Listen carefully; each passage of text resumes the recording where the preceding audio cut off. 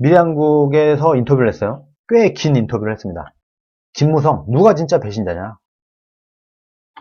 이제는 말할 수 있다. 미래한국 김범수 편집위원이 김무성과 인터뷰를 진행을 했습니다. 단도직입적으로 물었다고 해요. 미래한국이 정말 칼같이 질문하는 걸로 그래도 유명한 그런 언론사 중에 하나입니다. 그런데 미래한국은 뉘앙스는 지금까지 볼 때 미래한국은 조금 친김무성이 아닌가 좀 이런 느낌이 듭니다. 이 점을 좀 우리가 좀 인지를 하고 들어야 될 것 같아요. 미래한국은 조금 친김무성 같은 느낌이 드는 곳이다. 이것을 감안하고 들어주시면 될 것 같습니다. 그런데 질문은 거침없어요. 가감 없는 질문을 합니다. 보수 진영 내에서는 김 전 대표에 대한 배신자라는 낙인이 있습니다. 지금까지 침묵해 오셨는데 21대 총선에서 불출마하고 24년 만에 국회에서 떠난 지금 이제는 말할 수 있다. 이런 때가 되지 않았습니까? 이렇게 시작부터 이 배신자 프레임, 탄핵에 대한 얘기부터 질문을 합니다. 그동안 할 말이 참 많았던 것 같아요. 김무성도. 과격한 사람들이 날 배신자라고 하는데 내가 누구를 어떻게 배신했다는 겁니까? 내가 이렇게 반문하면 대답하는 사람이 아무도 없어요. 김무성이 이렇게 얘기를 하는 겁니다. 내가 누구를 어떻게 배신했다는 거냐? 이렇게 내가 물어보면 대답하는 사람은 없다. 오히려 굉장한 말을 합니다. 박근혜가 국민을 배신하고 당을 배신하고 김무성을 배신한 것이지 나는 박근혜를 배신한 일이 없어요. 이렇게 얘기를 하고 있습니다. 나는 배신한 게 없다. 박근혜가 오히려 국민, 당, 김무성을 배신했다. 이렇게 얘기를 하고 있습니다. 이 내용을 한번 들어볼게요. 김무성의 주장입니다. 왜 내가 배신자라는 등식이 나오냐? 그 사람들이 김무성을 배신자라고 하는 사람들이 박근혜를 절대선으로 가정했기 때문에 그런 겁니다. 박근혜가 옳은데 김무성 너는 반대되는 길을 갔다. 그래서 배신자다. 이런 수준 낮은 이분법이 어딨냐 이렇게 얘기를 하고 있습니다. 1이란 것은 순서가 있는데 누가 먼저 잘못을 했는가? 박근혜와 김무성 중 누가 먼저 잘못을 했는가? 최순실이라는 잘못을 제공한 게 누구냐? 박근혜 아니냐? 그럼 박근혜가 잘못한 것이죠. 그 전에 이길 수 있는 질려야 질 수 없는 총선을 지게 만든 장본인이 박근혜예요. 지난 총선이 아니라 지지난 총선을 말하는 거죠. 지지난 총선에 그때 당시에 새누리당이 180석, 190석, 200석도 가능하다 이런 얘기가 나왔었는데 김무성 도장 들고 나르샤 어쩌고 저쩌고 하는 그런 얘기가 나오면서 완전 박살이 나면서 오늘의 탄핵에 박근혜 대통령이 탄핵에 처한 이런 계기가 되었다. 그 총선을 지게 만든 장본인이 박근혜다. 이렇게 얘기를 하고 있습니다. 네, 북진님, 정치는 말로 하는 것인데 입 쳐닫고 정치가 가능한가요? 진짜 우파는 비겁하고 졸렬합니다. 네, 감사합니다. 내가 그동안 이런 이야기 안 했습니다. 그 이유는 총선을 앞두고 그 과격 분자들과 맞서 싸우게 되면 결국은 분열될 게 뻔뻔하니까. 그래서 나는 모든 것을 참고 인내하면서 기다린다는 생각이었어요. 억울했지만 난 참았다. 총선에 이기기 위해서 이런 얘기를 하고 있습니다. 그러나 결과적으로 이번 총선에서 참패했죠. 내 나름대로 설정한 기간이 지났기 때문에 이제 나는 할 말은 한다는 입장입니다. 당대표였던 의원님이 탄핵을 주도했다는 시각에서 배신자라는 얘기가 비롯된 거 아니겠습니까? 이렇게 좀 거침없게 질문을 하고 있어요. 대답을 합니다. 맞습니다. 탄핵은 내가 주도했어요. 문재인, 안철수 등 그 사람들은 그때 다 반대했어요. 문재인도 탄핵에 반대했고 안철수도 반대했다. 그런데 김무성이 주도했다. 세상 일엔 흐름이 있어요. 내가 탄핵을 2016년 11월 13일에 주장했는데 그때 문재인, 안철수, 박지원, 유승민 다 탄핵 반대했습니다. 유승민도 탄핵을 반대했다고 하네요. 많은 사람들이 유승민도 탄핵에 찬성했다 이렇게 알고 있는데 일단 이 시점에는 유승민도 반대했다. 문재인과 안철수, 박지원까지 반대했다. 김무성만 탄핵을 먼저 주장을 했다. 유승민을 제외한 나머지는 당장 탄핵 말고 하야하라고 했다. 탄핵으로 가지 말고 하야를 하라고 했다. 문재인, 안철수, 박지원은 탄핵 말고 하야를 하라고 했다. 좀 다른 얘기가 나옵니다. 그러나 나는 국가 운영은 헌법에 의해 이루어져야 한다고 생각합니다. 헌법에 의하면 탄핵 절차를 밟아야 하는 거예요. 그럼 왜 그때 헌법 절차를 밟아야 했었느냐? 그 당시를 한번 회고해 보세요. 국정이 마비가 됐습니다. 대통령 지지율이 4%였어요. 그 지지율은 제로나 마찬가지죠. 매주 광화문에 수십만이 모이고 전국적으로 확산되고 있었어요. 그럼 그렇게 마비된 상태로 오래 끌고 가야 합니까? 그때 박근혜의 선택은 두 가지밖에 없었어요. 탄핵 절차를 밟느냐, 그 외에 다른 선택지가 있었다고 봅니까? 두 개밖에 없었다. 하야를 하냐, 아니면 탄핵 절차를 밟느냐. 둘 중에 하나밖에 없었기 때문에 김무성은 헌법에 의해 국가 운영이 이루어져야 된다고 생각을 했기 때문에 하야 말고 탄핵으로 가자, 탄핵 절차를 밟자라고 했던 거다. 이렇게 지금 주장을 하고 있는 겁니다. 그때 당시 박근혜의 선택은 둘 중에 하나였다. 하야냐, 탄핵이냐. 그럼 하야를 했어야 됐냐, 이런 얘기를 하고 있는 겁니다. 탄핵 말고 하야를 했어야 됐냐. 김진태 전 의원의 경우 박 전 대통령을 구하기 위해 탄핵을 주장했다고 얘기하더군요. 탄핵을 가장 먼저 주장한 게 김진태예요. 탄핵을 제일 먼저 말한 사람이 누구냐? 그건 김진태다. 그런데 김진태는 탄핵을 반대하겠다는 전제를 깔고 탄핵을 말했지, 그 다음에 내가 탄핵을 주장했어요. 박근혜가, 좀 일반 국민들이 들을 땐 놀라운 얘기가 나옵니다. 박근혜가 국회에서 탄핵 절차를 밟는 걸 원했겠어요? 원하지 않았겠어요? 정확히 알고 비판해라. 박근혜가 탄핵을 하는 걸 원했겠냐? 하야를 하는 걸 원했겠냐? 이런 질문을 하는 거죠. 정확히 알고 비판해라. 국가원로회의라는 게 있다. 우파들 모임이에요. 거기서 질서 있는 퇴진을 말했습니다. 우파들 모임인 국가원로회의라는 게 있는데 여기서 질서 있는 퇴진, 하야를 말했었다. 도저히 수습이 안 된다. 그러나 이대로 하야해서는 안 된다. 질서 있는 퇴진을 하자. 4월 말 퇴임을 약속을 해라. 그리고 6월 말 대선을 치르자. 이것을 갖고 당 의총에서 토론을 했었다. 결론은 그것을 당론으로 정하자 해서 한 것이었다. 김무성 혼자 생각한 게 아니고 의총을 했다. 그래서 결론적으로 박근혜 대통령 하야가 당론으로 정해졌다. 그리고 나서 이정현 당대표, 정진석 원내대표 둘이서 청와대를 갔다.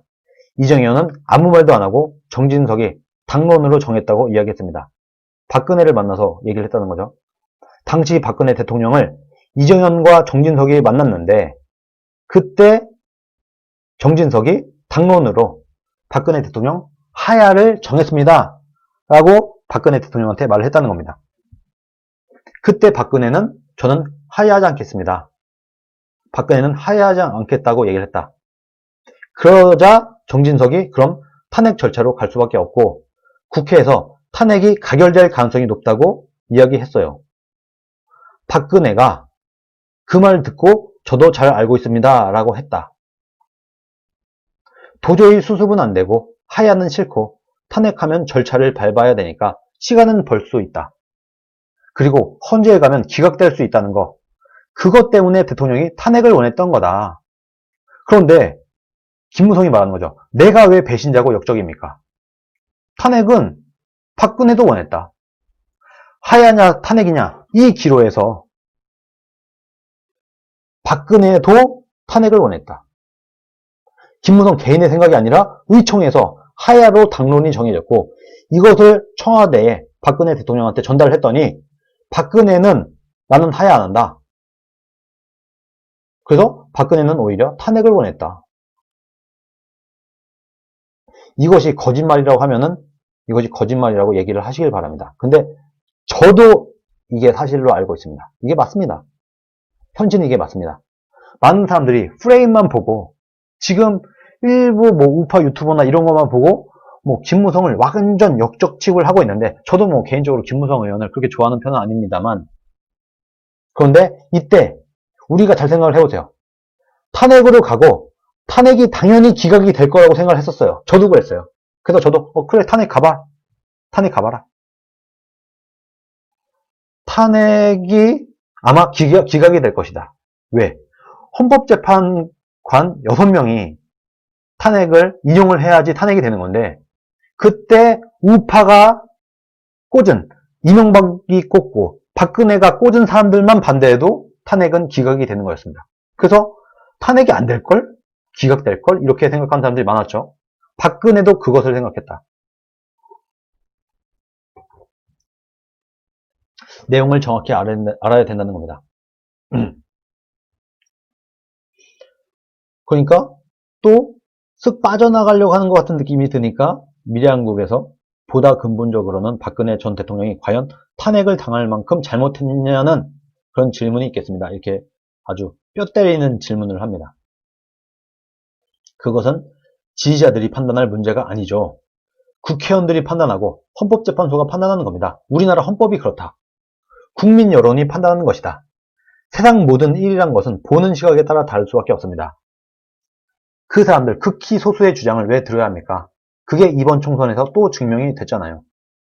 이번 선거 전에는 그 사람들이 상당히 수가 큰 것처럼 생각했고, 당에서도 날 비판하는 사람들이 많았어요. 선거 결과는 어떻습니까? 그 사람들이 탄핵을 반대하고 탄핵 반대 이런 걸 외치는 그 사람들이 아무 힘도 쓰지 못하고 끝났지 않습니까? 단 한 명도 국회 진출 못했잖아요. 이렇게 얘기를 하고 있습니다. 탄핵에 반대했던 사람 단 한 명도 국회에 진출하지 못했다. 이번 총선에. 이런 뼈아픈 얘기를 하고 있습니다. 그리고 국민 여론이란 게 있잖아요. 그 당시에 박근혜 탄핵에 82.4%가 찬성했습니다.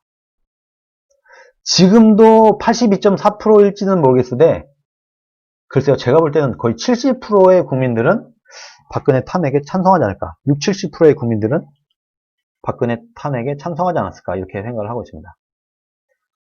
한국갤럽 같은 경우는 90%가 찬성했었다. 국회 300명이 표결했는데 56명이 반대했어요. 56명 나누기 3하면 18% 정도 나오죠. 그러니까 국민 여론과 비슷한 겁니다. 국민 여론 프로테이지와 국회 표결 프로테이지가 비슷하다. 82%, 82% 똑같다. 그리고 우리 당에서 김무성만 찬성했습니까? 찬성 62명, 반대 56명, 기권 7명, 무효 2명. 여기서 기권과 무효는 몰라서 그런 선택을 한 게 아니라 마음은 탄핵 찬성이지만 내가 뽑은 대통령이니 찬성할 수 없다 해서 도망간 거다. 그러니 사실상 62 플러스 9로 71명이나 찬성한 거다. 우리 당에서도 71대 56으로 훨씬 많은 사람이 탄핵을 찬성한 겁니다. 이렇게 얘기를 하고 있습니다. 그때 새누리당 의원들이 자당 출신 대통령에 대해 탄핵의 찬성표를 안 던졌더라면 언제까지 갔겠느냐 이런 비판도 있겠죠. 많은 사람들이 이것을 질문하고 싶었을 거예요. 김무성한테. 미한국에서 정확하게 질문을 합니다. 탄핵은 갑자기 한 게 아닙니다. 상당 기간 동안 모든 절차를 거치고 양당 당내 의총에서 다 토론하고 그 다음 본회의까지 와서 표결한 겁니다. 또 전 세계에서 대통령에 대한 탄핵은 국회에서 통과되면 끝납니다. 딱 4개 나라만 헌법재판소로 한 번 더 가게 되어 있어요. 우리나라는 그 4개 나라 중에 한 나라입니다. 헌법재판소 가게 되어 있다. 우리나라도. 헌재에 가서 대통령이 임명한 사람들을 포함해 100% 찬성했다. 헌법재판관 만장일치로 탄핵이 되었다. 그게 왜 배신이냐? 정치는 국민의 지지와 여론을 받아 하는 겁니다. 날 비판하고 배신자라 하는 극우들, 그 사람들은 다 박근혜를 왕으로 생각하는 사람들입니다. 김무성이 이렇게 생각한다는 겁니다. 박근혜를 절대선 무오류라고 생각을 하고 그 반대되는 행동을 하는 사람들에 대해서는 나쁜 놈들이라고 생각하는 겁니다. 무식하기 짝이 없는 놈들이 하는 짓이다. 이렇게 좀 심한 말을 하고 있습니다. 지식인이라는 사람들, 유튜버들, 그 사람들이 그런 주장을 계속 해온 거 아니냐. 좋은 학교 나오고 필력 좋고 유명한 사람들, 그 사람들이 날 역적이고 배신자라고 하는 거예요. 하고 김무성이 거의 토로를 하고 있습니다. 그럼 그 사람들한테 한번 물어봅시다. 그 당시 박근혜 선택이 무엇이었느냐 이겁니다. 하야 아니면 탄핵 외에 다른 방법이 있었습니까? 탄핵이 아니었다면 그때 우리 사회는 어떻게 됐겠습니까? 국정은 마비되고 매주 수십만 명이 광화문에 모이고 전국적으로 촛불 집회가 확산되고 있었어요. 질문하고 싶어요. 그럼 그때 피를 흘리는 불상사라도 만일 생겼다면 분위기가 어떻게 되었겠느냐 이거예요. 데모대가 청와대 앞 100m까지 몰려왔어요. 그때 이런 분위기였기 때문에 어쩔 수 없었다. 그리고 하야 아니면 탄핵이었고 박근혜조차도 탄핵을 원했다. 하야를 하기 싫어했다. 이런 이때 현실을 좀 김무성이 싫더라도 이 내용을 알고 까는 게 맞다. 그렇게 봅니다. 저는 개인적으로 총체적 무능이었다고 봅니다. 그때 당시에 청와대도 청와대대로 새누리당도 새누리당대로 제대로 된 거짓의 산 공격을 방어하지 못했다. 그러다가 그대로 무너져 내린 게 박근혜 대통령 탄핵 사건이다. 그렇게 보고 있습니다. 당시 조중동을 포함한 언론들이 최순실 의혹을 폭풍처럼 보도했는데 지금 돌아보면 과장된 보도도 많았고 지나치지 않았느냐 하는 자체적 반성도 있는 것 같습니다. 거짓의 산에 쌓여서 박근혜가 거짓 탄핵, 사기 탄핵을 당한 게 아니냐 이런 질문을 하고 있습니다. 새누리당 의원들이 적극적으로 나서 국민의 분노를 잠재우지 않고 방치했다는 자성도 있지 않습니까? 이거를 새누리당 의원들도 못했어요. 그래서 탄핵에 찬성한 사람들이나 탄핵을 못 막은 사람들이나 도찐 개찐이다 이런 얘기가 나오는 겁니다. 탄핵에 반대했던 사람들도 적극적으로 목숨 걸고 막았냐? 국민한테 알리려고 노력을 했냐? 허용했지 않냐? 사법부 판결을 봐야 되겠죠. 김무성은 이렇게 봅니다. 그 외에 무슨 방법이 있겠습니까? 지나친 보도냐 아니냐 그것은 사법부에서 결정을 하지 다른 사람이 결정할 권리가 있어요? 언론에 허위 보도가 있었다면 명예훼손으로 걸어야죠.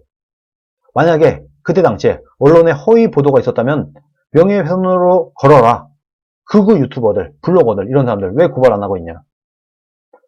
김무성은 이렇게 생각하는 것 같습니다. 야, 나한테 뭐라고 하지 말고 그때 허위 보도한 그 언론들한테 명예훼손으로 걸어. 고소해. 왜 나한테 그래?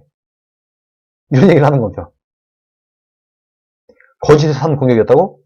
그에 대해서 열심히 알리고 그 거짓 보도를 한 그 언론들을 빨리 명예훼손으로 걸어라. 고발해라. 제대로 보고 싸워라. 국민들이 분노한 이유는 이겁니다. 탄핵 재판과 형사 재판은 구분해서 볼 줄 알아야 돼요. 탄핵 재판은 정치 재판입니다. 이건 맞습니다. 탄핵 재판은 정치 재판이다. 국회에서 뚱땅뚱땅해서 탄핵하는 건 정치 재판이다. 박근혜 전 대통령이 33년형을 받은 건 형사 재판이다. 그럼 왜 정치 재판에서 탄핵을 당했느냐? 그것도 박근혜 본인이 임명한 헌법재판관까지 100% 다 찬성했느냐? 표로 국민의 지지를 받은 대통령 권력을 사인한테 넘겨줬잖아요. 그게 헌법 위반입니다. 그 점에 분노한 거예요. 이렇게 얘기를 하고 있습니다. 김무성은 왜 그런지 모르겠는데 김무성은 최순실 국정농단을 팩트로 인식을 하고 있는 것 같습니다. 지금까지도. 박근혜 대통령이 본인의 권력을 최순실한테 일부 넘겨줬다. 그렇게 김무성은 인식을 하고 있습니다. 그러니까 이런 얘기를 하고 있는 거죠. 20만 당원이 뽑은 당대표인 나는 대통령과 독대하려고 해도 안 만나줬다. 국가 중대사를 논하기 위해 한 번만 만나달라고 요청했는데도 안 만나줬어요. 전화 한 통화만 하자고 해도 박근혜는 안 들어줬어요. 내가 그냥 청와대 간다고 만날 수 있습니까? 교환을 통해 대통령 바꿔달라고 해도 정무수석, 비서실장이 못 바꿔주겠다는데 바꿔줍니까? 김무성은 대통령을 만나려고 본인이 당대표임에도 불구하고 대통령과 독대도 안 되고 전화통화도 안 되고 그랬는데 최순실은 매주 만났다. 박근혜는 최순실을 매주 주말마다 만났다. 그래서 최순실과 국가 중대사를 논의를 했다. 그것도 과장된 얘기냐? 대통령이 국민으로부터 부여받은 권력을 넘겨준 겁니다. 이렇게 얘기를 하고 있습니다. 최순실과 박근혜가 국가 중대사를 논의했다는 것은 사실이 아닙니다. 팩트는 아니에요. 그런데 김무성이 볼 때는 이랬던 것 같아요. 김무성은 야 나는 당대표인데 전화 한 통화도 안 해주면서 매주 사인이었던 최순실은 매주 만나? 그러면서 뭐 연설물도 보여줬다고 하고 이런 언론들의 기사가 나오니까 야 씨 이거 뭐야? 당대표인 나는 제끼고 최순실은 만나줬어? 약간 이런 생각을 했던 것 같습니다. 굉장히 서운함이 많았던 것 같다. 그런데 이 부분은 사실 저는 박근혜 대통령도 좀 반성해야 될 부분이 아닌가 이런 생각이 듭니다. 그래도 새누리당이 당대표면 전화통화도 안 들어주는 건 좀 너무한 것 같습니다. 전화통화는 좀 해주고 만나자고 하면 자주는 아니어도 좀 만나주고 이렇게 했으면 좀 낫지 않았을까 이런 생각이 좀 드네요. 근데 이런 거는 사실 그때 당시에도 유명했습니다. 박근혜 대통령이 사람 잘 안 만난다. 정치인들을 안 믿는다. 본인도 정치인이면서도 박근혜는 다른 정치인들을 못 믿는다. 그런데 최순실은 매주 만나주니까 김무성을 뺀 상당수 새누리당 국회의원들, 특히 친박이라고 하는 국회의원들도 박근혜 전 대통령한테 많이 서운해했다. 이런 얘기들은 실제로 존재합니다. 실제로 맞습니다.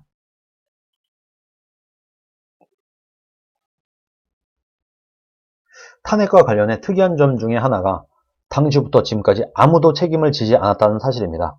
얼마 전까지도 소위 친박이 당내 주류가 아니었나요? 이렇게 하고 있습니다. 그런데 얼마 전까지도 소위 친박이 당내 주류가 맞았습니다. 당대표가 그때 당시 총리였던 황교안이었어요. 국민들이 볼 때는 완전 그냥 친박 당이었습니다. 그러니까 폭망을 한 겁니다. 또 역설적으로. 민주주의 사회에서 권력은 정체성을 같이 하는 동지들끼리 잡아서 나누는 겁니다. 이 얘기는요, 김무성이 입만 열면 하는 얘기입니다. 권력은 나눠야 더 커진다. 이 얘기는요, 그냥 김무성이 수시라는 얘기입니다. 권력은 나눠야 더 커지는데 박근혜는 권력을 독점했어요. 그럼 청와대도 그렇고 당에서 그렇게 하면 안 됩니다 하고 저항을 했었어야지. 전부 다 끌려갔잖아요. 나이 많아 해먹을 대로 해먹은 김기춘부터 고개를 숙였잖아요. 젊은 사람들은 안 끌려갔습니까? 원래 그런 사람 아닙니까? 하면서 다 끌려갔죠. 내가 당대표가 되었는데 사무총장을 윤상현을 시키라고 합디다. 난 못한다고 했어요. 김무성이 당대표가 되었을 때 김무성에게 박근혜가 사무총장을 친박인 윤상현을 시키라고 얘기를 했는데 김무성은 못한다 했다. 여의도 연구원장도 박세희를 시키려고 했지만 박근혜 대통령이 안 된다고 해서 6개월간 공석으로 비워놓았다. 당대표가 여의도 연구원장 한 명 임명하는데 대통령의 결재를 받아야 했어요. 그리고 대통령이 탄핵 전 말기에 일주일에 3, 4일간 아무 일정도 안 잡고 집무실도 아닌 관저 자기 방에서 안 나왔다는 거예요. 제일 중요한 것은 20대 총선 참패예요. 내가 당대표 때 지려야 질 수 없는 총선에서 참패한 겁니다. 왜 졌느냐? 김무성이 잘못해서 졌냐? 이번 4.15 총선처럼 공천을 개판으로 해서 그렇게 된 거다. 지지난 총선 다 공천을 개판으로 해서 말아먹은 거다. 그 선거 공천 누가 했냐? 전부 대통령이 했다. 지난이 아니라 지지난이 되었네요, 벌써. 지지난 총선은 2016년 총선은 공천권을 박근혜가 쥐고 흔들었다. 여러분, 이건 팩트입니다. 이것은 일단 팩트입니다. 그때 당시 박근혜 대통령은 자신이 대통령직을 수행을 하는데 자꾸 새누리당이 반대하고 뭐하고 하니까 내 사람들로 좀 국회를 채워야 되겠다. 새누리당 국회의원들을 내 말을 잘 들을 사람들로 좀 채워야 이 나라를 내가 통치하는데 좀 편하겠다. 이런 생각을 해서 박근혜는 본인이 공천권을 쥐고 흔들었습니다. 이것은 맞습니다. 이유는 있었죠. 박근혜 나름대로. 탄핵 정국에서 최서원의 존재에 대해 당시 대표님도 정말 모르셨습니까? 이명박 박근혜 당내 경선 당시 친위 쪽에서는 상당한 정보를 갖고 있었다는 얘기가 있던데요. 정윤회를 모르는 사람이 있습니까? 의원 시절 박근혜의 공식 비서실장이었잖아요. 미래연합 창당에 주도적 역할을 한 사람이죠. 그 사람이 박근혜 초선 의원 시절 상당히 세도를 부렸죠. 최순실은 최태민 딸 정윤회의 아내로 박근혜 사적인 일을 도와주는 사람이라고만 우리는 생각했죠. 그런데 알고 보니 정윤회가 아니라 최순실이 상당히 중요한 역할을 하면서 박근혜 결정에 영향을 많이 미쳤다는 게 증명이 됐잖아요. 이렇게 또 재차 얘기를 하고 있습니다. 김무성은 아마도 지금 이 순간까지도 박근혜 최순실 국정농단 그 프레임을 사실로 인지하고 있는 것 같습니다. 진실로 인지를 하고 있는 것 같습니다. 이분이 잘못 알고 있는 것인지 아니면 우리가 잘못 알고 있는 것인지 모르겠는데 어쨌든 김무성은 정치권 한가운데 있었던 김무성은 이것을 사실이라고 생각을 하고 있네요. 최순실이 박근혜와 통화하는 것 들은 일 있습니까? 들어본 거죠. 김무성은. 최순실과 박근혜가 통화하는 것 들은 일 있냐? 최순실이 위압적인 자세로 이야기 안 합디까? 최순실과 박근혜가 통화를 할 때 오히려 최순실이 위압적인 자세로 이야기를 한다. 내가 볼 때는 마치 점쟁이가 점 보러 온 사람한테 막 일방적으로 이야기하는 것 같은 그런 식으로 하더라고. 깜짝 놀란 거지. 최순실이 박근혜한테 위압적인 자세로 전화통화를 한 것을 김무성은 들어봤다. 왜 친박들이 탄핵할 때까지 아무 소리 안 한 줄 압니까? 그 사람들이 지금 와서 난리지 그 당시에 한마디도 안 했어요. 왜 친박들도 탄핵 때까지 아무 소리 안 했냐? 내 말이 거짓인지 한번 다 찾아보라고. 의총을 여러 번 열었는데 탄핵하면 안 된다고 말한 사람이 한 명도 없었다니까. 본회의 탄핵 포결하려 들어가는데 이러면 안 된다고 반대 당론 정하자고 말하는 사람 아무도 없었다니까. 탄핵 표결하러 들어가는데 하지 말자 한 사람이 없었다. 김무성에게 말하는 친박도 없었다. 왜 그랬겠느냐? 친박들이 왜 그랬느냐? 그 친박들이 박근혜의 제일 큰 배신감을 갖고 있었기 때문이에요. 당대표인 김무성만 박근혜를 못 만난 게 아니라 소위 말하는 친박 실세라는 사람들도 아무도 못 만났어요. 박근혜를 만나고 싶었는데. 그런데 최순실은 매주 만나 연설문 고쳐주고 어떻고 중요한 결정은 어떻고 하고 그러니까 다 배신감을 느낀 거예요. 친박들도 아마 배신감을 느꼈을 것이다. 이렇게 보고 있습니다. 최순실은 그래도 매주 만나서 박근혜와 독대를 하고 연설문도 고쳐주고 전화통화도 하고 했었다. 이것에 친박들도 열받았다. 이런 얘기들을 하고 있네요. 이것이 만약에 오늘 이 김무성의 얘기가 거짓말이라고 한다고 하면은 이것이 거짓말이다 하는 얘기를 알고 있는 사람들은 얘기를 하기를 바랍니다.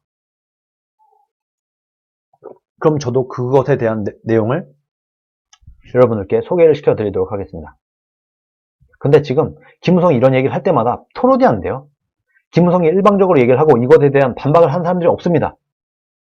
그러다 보니까 아마 저는 김무성이 하는 말 중에 물론 김무성이 본인의 시각으로 말을 하는 거겠지만 김무성이 완전히 100% 거짓말을 하고 있지는 않을 것 같다. 이런 생각이 듭니다. 거짓말이라고 하면은 이 진실을 알고 있는 사람이 있다고 하면은 말씀을 해주시길 바랍니다.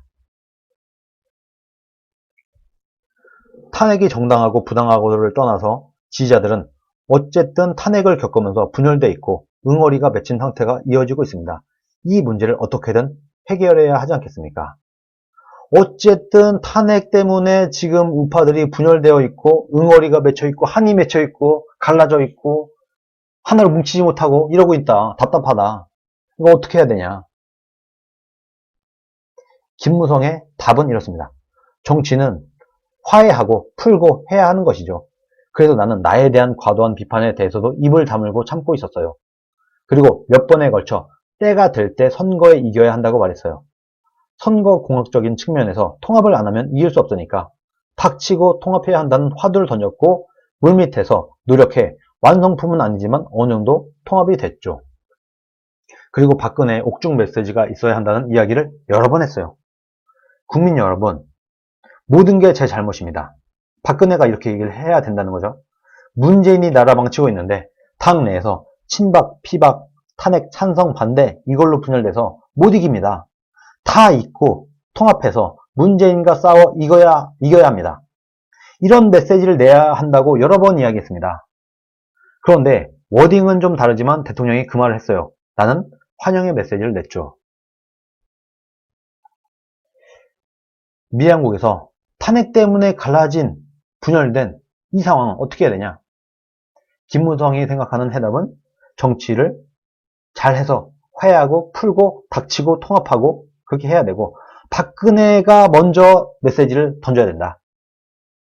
탄핵, 반대, 찬성, 친박, 비박 이런 걸로 싸우지 말고 똘똘 뭉쳐서 싸우자. 이렇게 박근혜가 먼저 얘기를 해야 된다.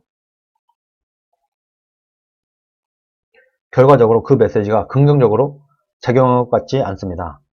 내용을 떠나서 탄핵을 찬성한 80%의 국민들이 볼 때 메시지 자체가 결국 통합당이 박근혜 당이 아니냐는 모습을 준 건 아닐까요? 메시지가 화끈하지 못했던 것이죠. 애매한 표현들이 있었죠. 모든 게 내 잘못이다. 통합해라. 문재인이 나라 망치는데 싸워 이겨야 되지 않냐. 그런 단순한 심플한 메시지가 나왔어야 되는데 약했다. 나는 김무성은 선거법에 걸리지 않기 위해 그럴 수밖에 없었다고 이해하고 있다. 그리고 조원진, 홍문종, 친박들이죠. 그 사람들이 꼭 선거에 출마했어야 했나 싶다. 나는 책임을 지고 이미 오래전에 불출마 선언을 했잖아요. 그 사람들이 대통령을 잘못 모신 책임을 져야 하는 것 아니에요? 친박이라고 얼마나 호가호위했습니까? 조원진, 홍문종 이런 친박들. 대통령을 등에 업고 얼마나 호가호위했냐. 그런 사람들이 끝까지 이번에 출마를 했다. 떨어졌죠. 다 떨어졌죠. 그러나 끝까지 포기하지 않고 출마를 했고 그래도 김무성은 불출마를 선언했다. 어쨌든 내가 정치적인 책임을 져야 되니까 김무성은 불출마 선언이라도 했는데 친박들은 끝까지 선거에 출마를 했다. 나는 박근혜 당선 지키고 편지를 써놓고 떠났던 사람이에요. 과거 회상신이 나옵니다. 내 자존심을 지키기 위해 이력서 한 장 청와대에 안 보냈어요. 확인하면 다 나옵니다. 박근혜 때 선대 본부장을 하면서 열심히 박근혜 당선에 공을 세워놓고 박근혜가 대통령이 되고 나서 유유히 편지 한 장 써놓고 떠났다. 나는 선거 들어가기 전에 당신이 당선돼도 어떤 직도 맞지 않겠다 하고 선언했지만 청와대는 총출동해서 나를 떨어뜨리려고 했고 나는 당선되었죠. 당선돼서 박근혜 정책을 성공시키기 위해 뛰어 공무원 연금 개혁 성공시켰잖아요. 그런데 왜 나를 죽이려고 그렇게 가다가 자기가 죽어버린 것이지. 나는 지금 공유 사무실을 얻었는데 전직 의원 46명이 가입했어요. 그런데 소위 말하는 핵심 친박들 지금 어떻게 하고 있어요? 이 모임은 내가 뭘 하고자 하는 모임이 아니에요. 나는 우리가 집권해야 된다. 우리가 미랄이 돼야 한다는 거예요. 킹메이커를 하려고 한다. 다음 우리가 집권해야 되니까 그때 내가 미랄이 되겠다. 그러기 위해서 내가 공유 사무실을 얻었고 여기에 전직 의원 46명이 지금 가입한 상태다. 이렇게 얘기를 하고 있습니다. 정권 재창출을 하기 위해 어떻게 해야 하느냐를 고민하고 계시는군요. 킹메이커의 역할인가요? 무책임하게 던져놓고 가지 않으려고 합니다. 당은 집권에 대한 준비도 못하고 국회에서 싸움한다고 난리잖아요. 지금 미래통합당을 말하는 거죠. 내가 볼 때 의원직 총사퇴 그런 말이 나오지 않을까 싶어요. 차분하게 준비해야죠. 우리 당에서 정권을 창출하는 일은 누군가 반드시 해야 할 일이고 지금 미래통합당은 집권에 대한 준비를 못하고 있다. 주호영, 김종인 나름대로 열심히 하고 있겠지만 차기 정권을 되찾아오는 일에는 별로 최선을 다하고 있는 것 같지 않고 국회에서 지금 싸움한다고 난리고 각자 자신들의 정치적 이익을 위해서만 노력을 하고 있는 것 같다. 그런데 누군가는 정권을 창출하는 일을 해야 되는 거 아니냐? 그거 내가 한다. 여권 대선 후보들이 지지율에서 압도하는 반면 보수진영 후보군에 대해서는 회의적인 시각이 많은데 어떻게 보십니까? 원희룡, 오세훈, 김병준, 황교안, 홍준표, 김세연, 안철수, 윤석열까지 지금 보수 진영에서 거론되는 이들 중 후보가 나오겠죠. 회의적인 말은 항상 나오는 거다. 수천 년 전부터 세상 곧 망할 것처럼 이야기하는 사람은 있어 왔다. 그건 사회의 현상이죠. 노무현이 대통령 될 줄 알았습니까? 아무도 노무현이 대통령 되리라 생각하지 않았어요. 또 문재인이 대통령 되리라 누가 생각했습니까? 정치인을 한 그런 거예요. 구체적으로 누구인지에 대해 나는 이름을 거명하기는 싫고 지금은 우습게 보이지만 장이 펼쳐지고 흥행이 되면 거기서 용이 탄생합니다. 이번 인터뷰에서 가장 공감 가는 글이 이겁니다. 지금은 모르지만 장이 펼쳐지고 흥행이 되면 거기서 용이 나온다. 다음 정권 교체 충분히 가능하다. 장을 잘 펼치고 흥행을 만들면 지금은 그 사람이 대권 주자로 보이지 않겠지만 누군가가 탄생을 하면서 용이 된다. 가능하다. 차기 대권 우파가 이길 수 있다. 차기 대선 가능하다. 현재 차기 지지율 1위인 이낙연 민주당 의원을 친문에서 받아들이지 않을 경우 보수와 중도가 합쳐서 그를 단일 후보로 내세울 수 있지 않을까 하는 주장도 일각에서 나옵니다. 이런 얘기가 있긴 있습니다. 지금 만약에 이낙연을 친문에서 받아들이지 않으면 이때 이낙연이랑 연대를 해서 말하자면 반문인 이낙연과 친문이 아닌 이낙연과 미래통합당이 연대를 해서 단일 후보를 내세우면은 그러면은 다음 선거에서 이길 수 있지 않겠냐? 이런 얘기가 나오는데 어떻게 생각하십니까? 이렇게 질문을 하는 거죠. 그래도 김무성이 맞는 말을 합니다. 이념이 다른데 어떡합니까? 말이 안 된다. 이낙연과는 이념이 다르다. 나라를 망치고 있는 문재인 정권 총리를 한 사람이다. 이낙연은. 원래 정치판이란 것은 정권이 하루에도 12번 무너지고 새로 생기고 하는 것인데 그것은 말하기 좋은 사람들, 경험이 짧은 사람들이 하는 얘기다. 이낙연이 그런 자격이 있다고 한다면 탈원전을 막았어야죠. 상식에 벗어난 탈원전을 대통령이 밀어붙이는데 그건 아니다 라고 한마디는 할 줄 알아야지. 그래야 이낙연이 대통령이 당선되는 것 아닙니까? 이념이 달라서 이낙연과 같이 협치할 수 없다. 이런 환상적인 얘기를 하고 있는 사람들이 우판에 있습니다. 그 말은 말이 안 된다. 이렇게 일축을 하고 있습니다. 지난 대선에서는 보수가 안철수와 합쳐야 한다는 의견이 있었고 처음엔 말도 안 된다고 했지만 지금은 그런 생각이 기정사실화되고 있는 것이 아닙니까? 안철수 후보와는 결국 합쳐질까요? 안철수 입장에서 선택할 수 있는 게 뭐가 있겠습니까? 자기 혼자 나가 대통령 됩니까? 문재인이 옳지 못하다고 지금 안철수도 많이 비판을 하고 있다. 여기 들어올지 안 들어올지 모르지만 안 될 것을 뻔히 알면서 나가면 저 사람들 도와주는 꼴밖에 안 되죠. 이렇게 얘기를 하고 있습니다. 안철수가 또다시 대선에 나가게 된다고 하면은 민주당과 좌파들 도와주는 짓이다. 그런 꼴밖에 안 된다. 최근 보수진영 일각에서 제기되고 있는 부정선거 의혹에 대해서는 어떻게 보십니까? 선거가 끝나면 어느 쪽에서든 꼭 부정선거 들고 나옵니다. 늘 한 번도 빠짐없이 항상 그래왔다. 이 문제는 간단해요. 민경욱 본인이 부정선거라고 판단되면 증거보전 신청하면 되는 거야. 재검표하면 되는 거예요. 시끄럽게 떠들 이유가 아니에요. 재검표해서 결과를 갖고 이야기해야죠. 그러나 그동안 재검표를 많이 했어요. 결과가 뒤집힌 적이 한 번도 없었습니다. 이회창 대선에서 지고 재검표하니까 오히려 표가 줄어들었어요. 과거에도 국회에서 전자개표기 부정이라고 몇 년 동안 나와 하는 사람이 있었어요. 그런데 영향력 있는 유튜버들이 그런 주장을 하니 더 커져버린 거예요. 기다리면 돼요. 나보고 기자들이 묻는데 예측이 불가능한 일을 가지고 부정선거가 맞다 아니다 말할 수 없죠. 재검표 결과를 보면 됩니다. 이렇게 정리를 하고 있습니다. 그냥 맞네 틀리네 부정선거가 맞네 아니네 할 필요 없이 그냥 재검표 해보고 그 결과를 보면 된다. 부정선거는 이론적으로는 가능한 이야기다. 왜냐하면 컴퓨터가 명령한 대로 소프트웨어가 움직이잖아요. 개표 중에 2번 표 3장을 1번에 넣으라고 명령을 하는 거예요. 이론적으로는 가능하다니까요. 그럼 투개표 참관인들이 감시하면 됩니다. 일단 이론적으로는 가능하다. 이 사람들은 나라에서 1당을 줍니다. 우리 당 조직 중에서 가장 똘똘하고 충성심이 강한 사람들을 보내 감시하게 한다. 개표한 것 다 검토하도록 되어 있다. 참관인들이. 그럼 그것 왜 제대로 안 했습니까? 안 해놓고 참관인들이 똑바로 감시 안 해놓고 왜 지금 와서 부정선거라고 떠들고 다니는지 모르겠다. 이렇게 얘기를 하고 있습니다. 제가 계속 주장하는 게 이겁니다. 그래 뭐 이래저래 부정선거 했다고 치자.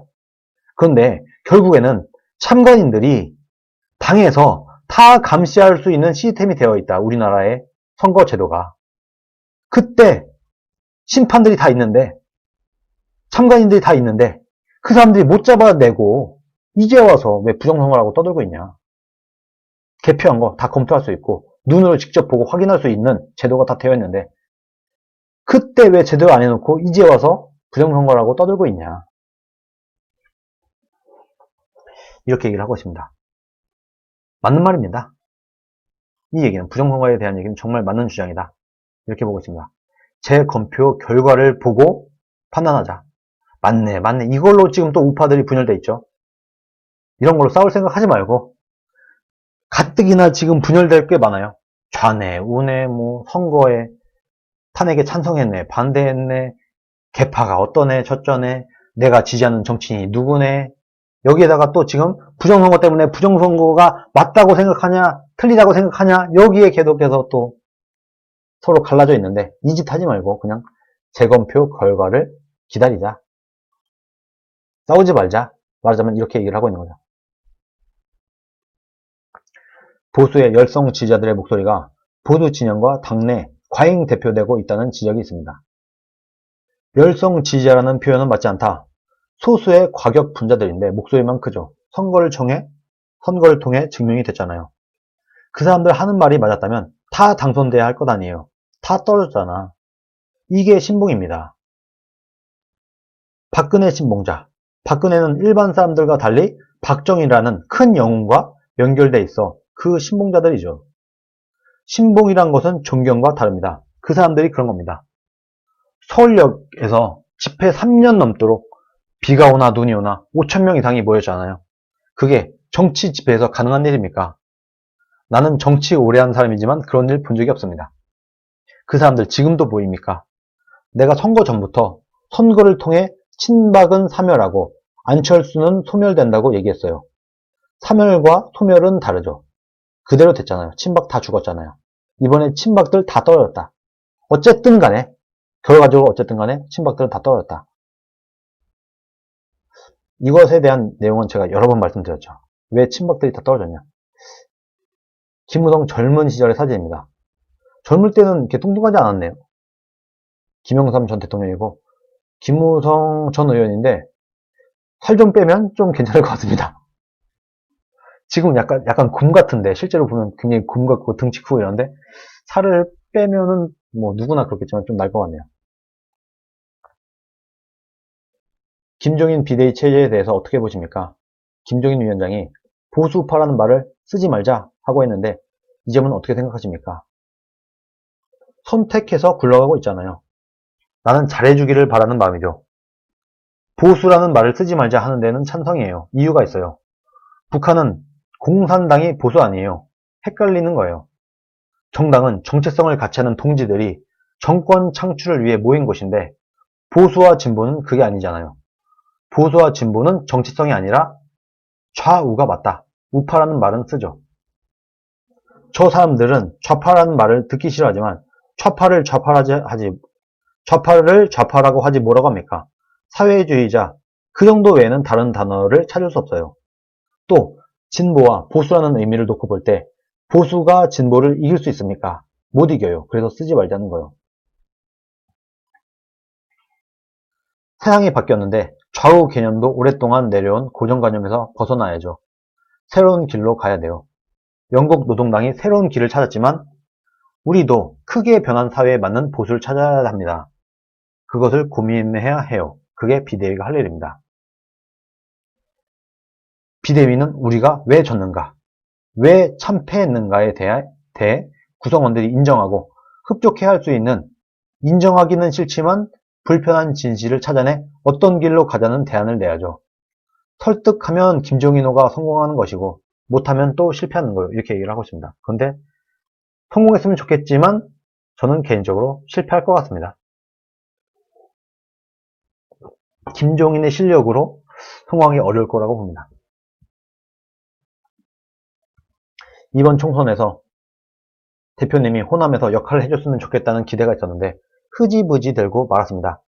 호남을 포기한 것 같아 참 아쉬운데 왜 그렇게 된 겁니까? 굉장히 좋은 내용이 나옵니다. 많은 사람들이 몰랐던 내용들이 나옵니다. 이번에 우리 당에서 광주, 전남북 28개 지역구에 2명만 공천 신청했어요. 정말 전라도를 이번에 완전 버렸습니다. 다음 대선을 위해서라도 전라도 지역에서 1%라도 지지율을 더 끌어올렸어야 되는데 미래통합당은 깨끗하게 포기를 했다. 공당에 당대표를 지낸 사람으로서 책임져야 된다고 생각했고 사전에 그 사람들 설득해서 용기를 내게 만들고 당이 지원하겠다 해야 하는데 황교안 대표가 안 했기 때문에 2명만 신청한 거 아닙니까? 황교안이 제대로 못해서 최대한 많은 사람들을 설득해서 전라도에 공천을 주고 선거에 뛰어들었어야 되는데 황교안이 안 해서 2명만 신청했다. 황교안의 얘기가 안 나올 수가 없죠. 네, 북지님, 고인님 방송 듣다 보니 정말 성질이 나네요. 친박이 나쁜 게 아니라 그들이 한 짓이 개차반이라 싫어한 것인데 사람이 바뀌어도 하는 행태가 바뀌질 않으니 국민들이 선거 때 외면한 거 아닐까요? 대체 뭐가 잘못된 걸까요? 이제는 헷갈립니다. 네, 감사합니다. 총체적 난국이었습니다. 그럼에도 불구하고 제가 여러 번 말씀을 드렸는데 좌파에서 우파로 넘어와도 우파는 좌파가 될 수 없어요. 그래서 이번에도 40%가 넘는 사람들이 이렇게 못하고 있는 미래통합당을 찍어줬습니다. 그런데 너무나 공천을 개판, 그지같이 하는 바람에 이길 수밖에 없었던 총선을 정말 최악의 막장 공천으로 말아먹었다. 그래서 다음 대선, 제가 정말 행복해로가 아니라 다음 대선 때 공정한 경선으로 대선 주자를 내세우면은 다음 대선은 정말 우파가 이길 수 있습니다. 정말 맞아요. 우리 우파들이 지금 우리가 열심히 힘을 모아야 되는 건 다음 대선 경선을 공정하게 치르게 해야 되는 게 우리의 목표가 되어야 됩니다.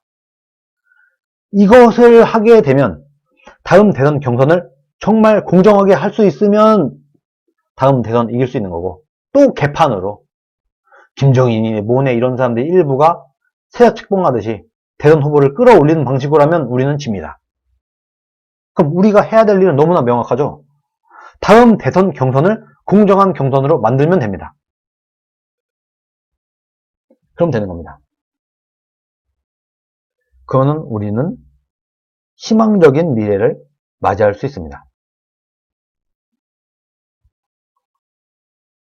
수권을 목표로 하는 정당인데 그래서야 되겠나 싶어서 불출마를 선언했지만 나라도 나가서 희생해야 하겠다고 합니다. 나 혼자 나간다고 혼자 나가는 게 아니고 내가 나가면 너희들도 나와라. 이 부분이 굉장히 중요합니다. 김무성 혼자만 나가는 게 아니라 야 내가 나갈게 너희들도 나와 하면서 다 출마시킬 생각으로 한 거다.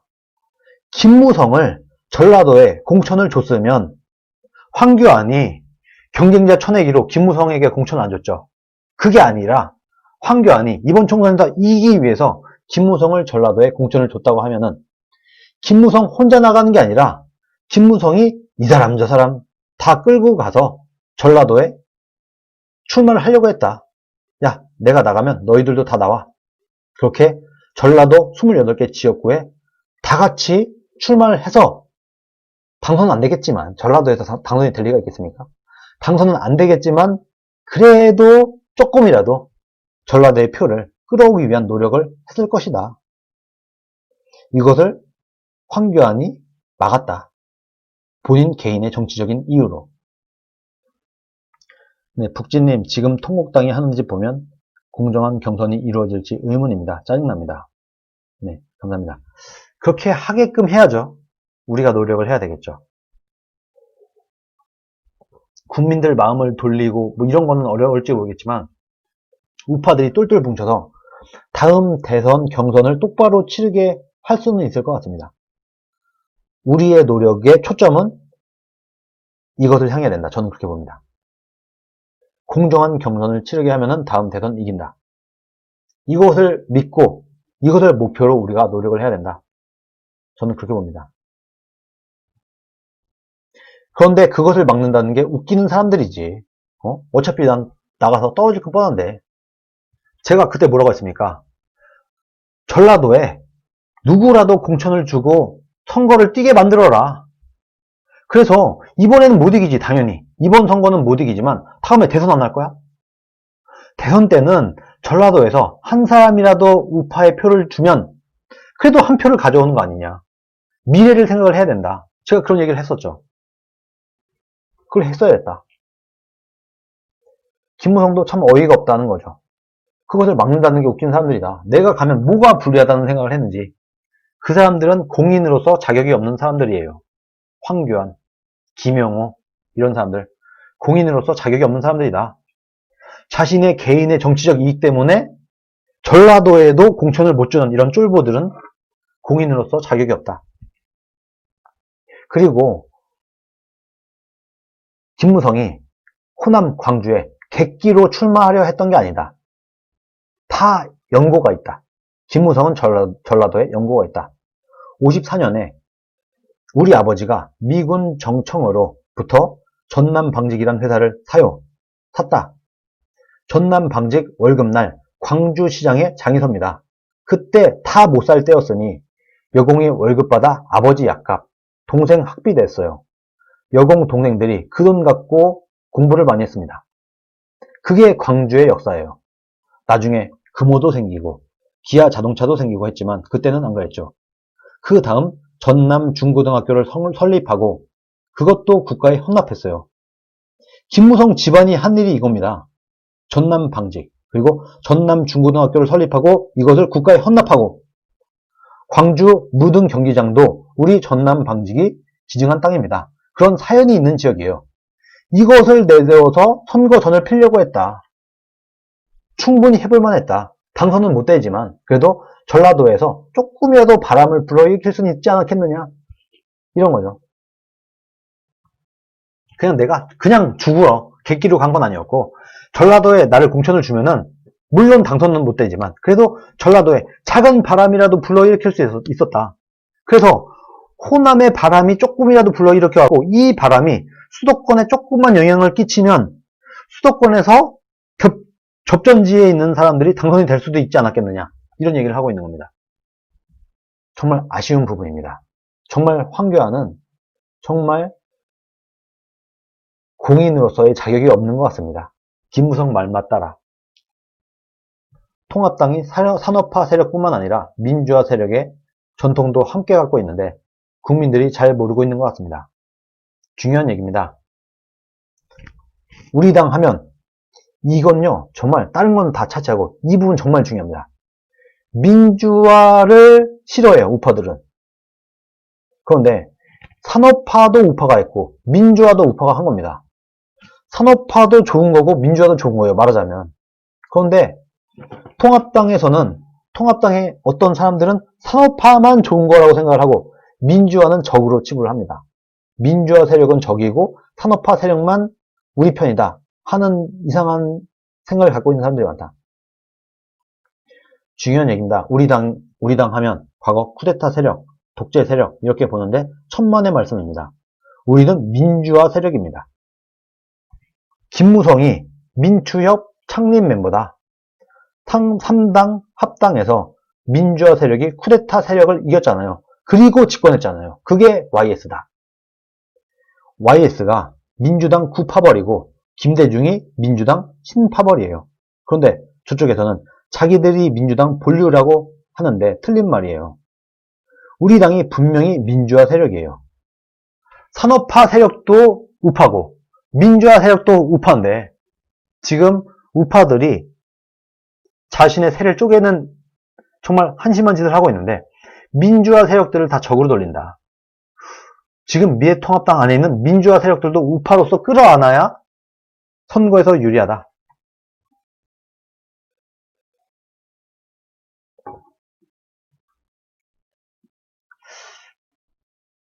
네, 이렇게 아주 긴, 한 40분, 50분 정도 된 것 같은데 이렇게 긴 인터뷰를 김무성이 진행을 했습니다.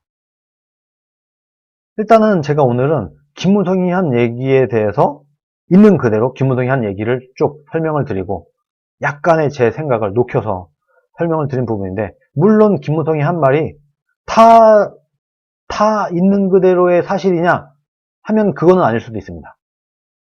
그런데 김무성 입장에서는 그렇게 생각하고 있는 것 같아요.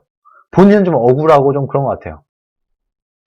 이런 일이 있었다. 그리고 저도 예전부터 이런 얘기를 하면은 또 많은 사람들이 뭐 저한테 뭐라고 하고 싫어하기도 하고 그러는데 그때 당시에 있는 그대로 현실을 우리가 인지를 하고 받아들여야 된다. 그래서 탄핵을 찬성한 사람, 탄핵을 반대한 사람, 그때 당시에 다 나름대로의 각자의 이유는 있었다.